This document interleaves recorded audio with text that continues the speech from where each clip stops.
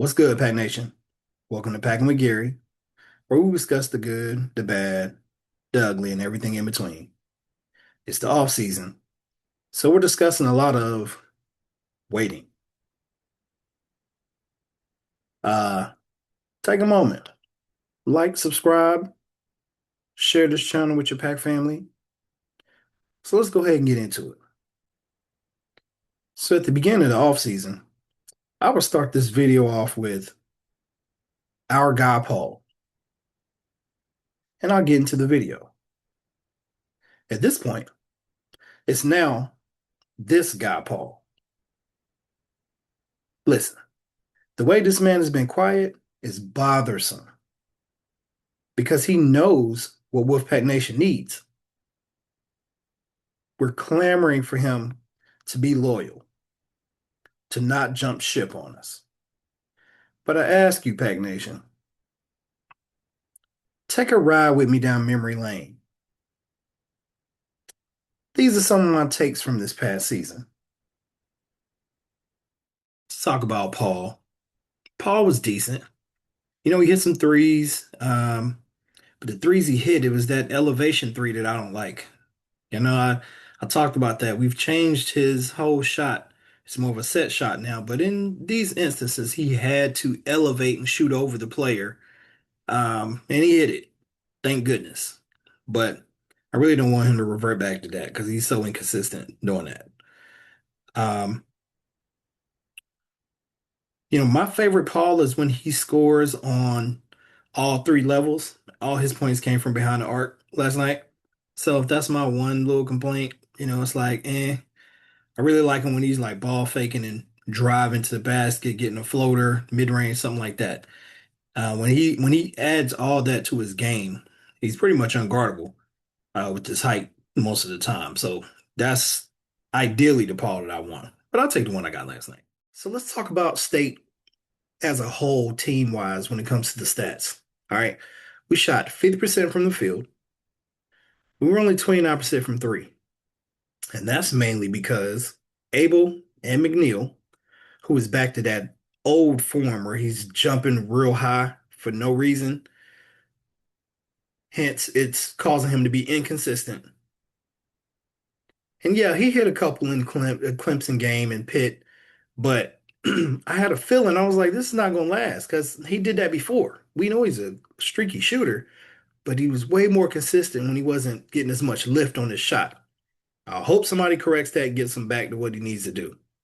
Then we're really going to be elite because we need him back to the Paul that was knocking down five, six threes, nine threes, 11 threes, however many threes he want to hit in the game. Just give him the ball. So yeah, Abel and McNeil, they went 1 for 9 from three. Okay. Now I'm not gonna keep badgering McNeil, but that's bad. Anyway, Paul McNeil was just, yo, look, I don't even have the words. My guy was just not aggressive at all. You get down that much, and your best three-point shooter only takes two threes and five total shots. It's like he gave up. Yeah, I'll be honest. That is the biggest opportunity for improvement for him. And I'm not sure that's going to happen this year on this team, but going forward, he has to be more aggressive chasing his shot. I mean, coach said he has a neon green light. Why aren't you shooting? That's what you want as a player. Not having to look over your shoulder every time, you miss a shot, you don't have to look to the sideline. Paul was so bad that he was the only person on our team that didn't score. Even Abube scored 2 points. And he only played 4 minutes, which is crazy. But that's a whole nother story. I'll leave that for a different day. Now, some of us may have forgotten this man is wildly inconsistent, and he has limitations with his all around game.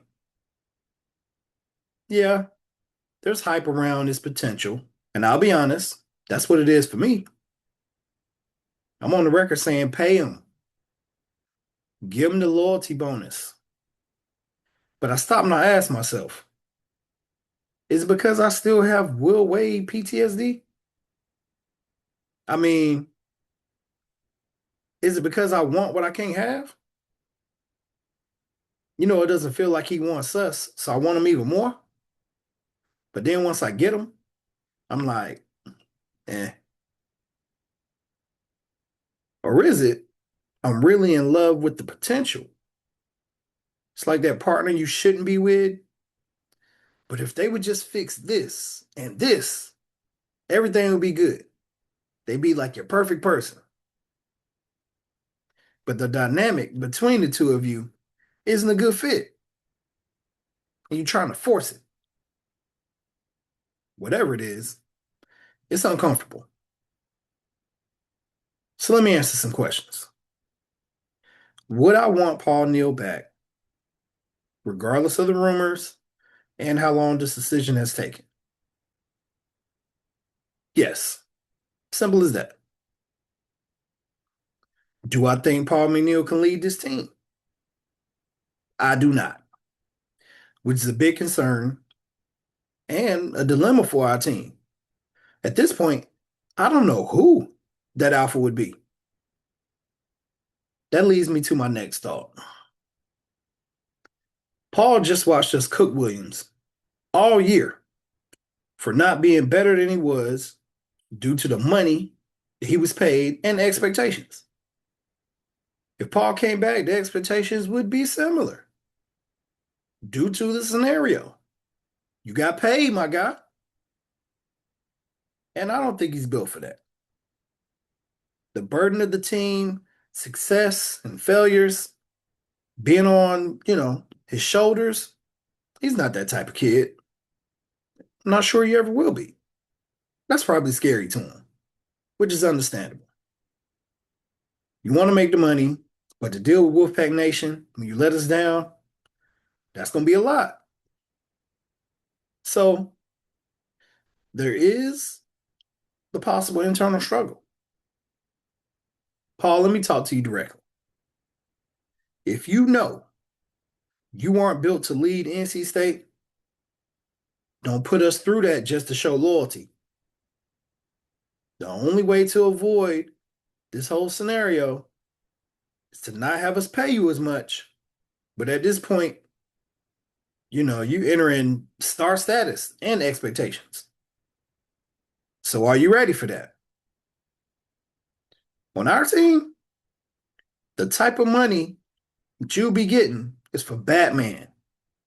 So you can't be Robin. Get that out your head.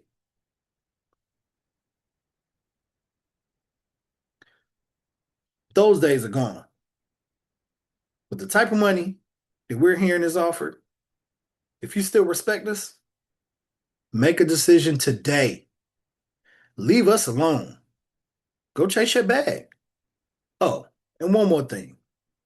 Don't you take your ass to Baton Rouge. You better than that. Nation, I appreciate y'all watching. Chime in. Let me know. Where are you at with all this? Did you get caught up and enamored with Paul McNeil like most? I look forward to hearing your thoughts. Make sure to check out the PWG memberships. Select the one that's best for you. Until next time, Pack Nation, go Pack.